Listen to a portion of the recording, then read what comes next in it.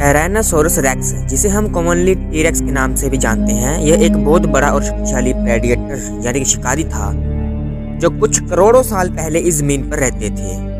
T-rex की लंबाई लगभग 40 फीट तक होती थी और उसका वजन लगभग 9 टन तक का हो सकता था।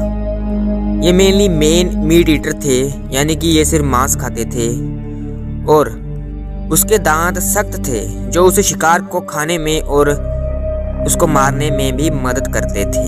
टी-रेक्स की स्पीड लगभग 20 से 25 माइल्स पर आवर थी, जो कि उसे भारी बॉडी के लिए इम्प्रेसिव थी।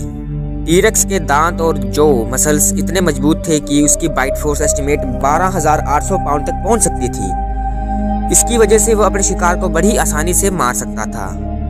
तो आज हम इस वीडियो में यही जानेंगे कि टी-रेक्स की बाइट फोर्स आखिर मेनली किस किस डायनासोर को मार सकती थी उस डायनासोर काल में। तो चलिए बिना देरी किए वीडियो को शुरू करते हैं। नंबर 1 पे है ट्राइसेराटोप्स।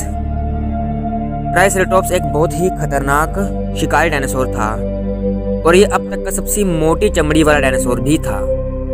नेचर ने इसके सुरक्षा के लिए 3 सींग और गले के ऊपर एक सुरक्षा कवच भी दिया था, जिसकी वजह से इसे ज्यादातर डायनासोरों का भय नहीं रहता था। लेकिन जब बात टायरानोसोरस रेक्स की आती है तो उसकी स्ट्रॉन्ग बाइट फोर्स के आगे ये ट्राइसेराटोप्स की मोटी खाल भी कुछ काम नहीं आती थी, क्योंकि टी-रेक्स की स्ट्रॉन्ग बाइट फोर्स उसकी मोटी खाल को चुटकियों में ही फाड़ सकती थी। टी-रेक्स के स्ट्रॉन्ग जो मसल्स और उसके सख्त दांत इसके लिए खतरा उत्पन्न करते थे। दूसरा है एडमोंटोसोरस। ये भी एक बड़ा हेटेरोसॉरिड डायनासोर था जो कि सिर्फ घास खाया करते थे और कभी कभी अपने 2 पैरों पर तो कभी 4 पैरों पर भी चला करते थे। ये भी टायरानोसोरस रेक्स के लिए एक बहुत ही आसान शिकार हुआ करते थे।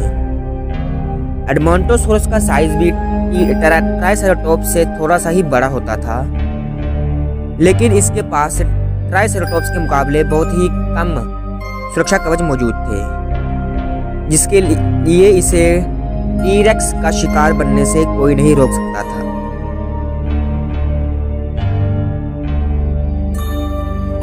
नंबर 3 पे है एनकाइलोसोरस।